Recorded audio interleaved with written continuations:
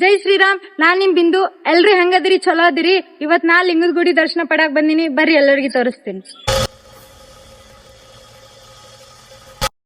ನೋಡ್ರಿ, ಇವಾಗ ನಾ ಲಿಂಗದ ಗುಡಿ ದರ್ಶನ ಪಡಾಕ ಗರ್ಭಗುಡಿ ಕಡೆ ಹೊಂಟಿನಿ.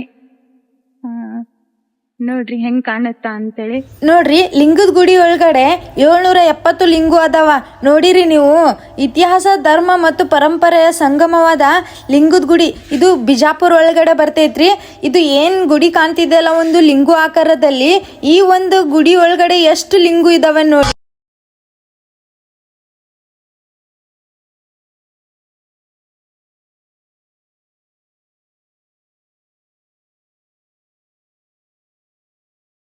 ಏಳ್ನೂರ 70 ಲಿಂಗುಗಳು ಇಲ್ಲಿ ಪ್ರತಿಷ್ಠಾಪನೆ ಆಗಿವೆ ನೋಡಿ.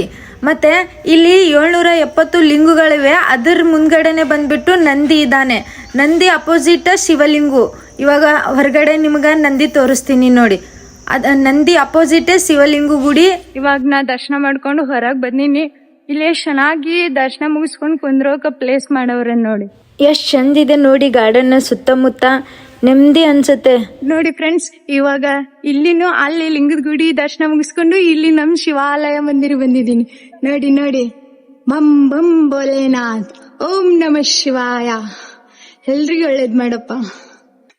ಇಲ್ಲೇ ವಾಟರ್ ಟ್ಯಾಂಕ್ ಹತ್ರ ಇದೆ. ಇಲ್ಲಿ ಶಿವ ಮುಂದ್ ಬಂದ್ಬಿಟ್ಟು ನಂದಿ ಇದ್ದಾನೆ ನೋಡಿ. ಜೈ ಬಸವೇಶ್ವರ.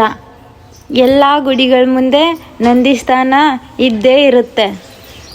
ಅಲ್ಲಿ ನಮ್ದು ಬಂದ್ಬಿಟ್ಟು ಶಿವಾಲಯ ಇದೆ.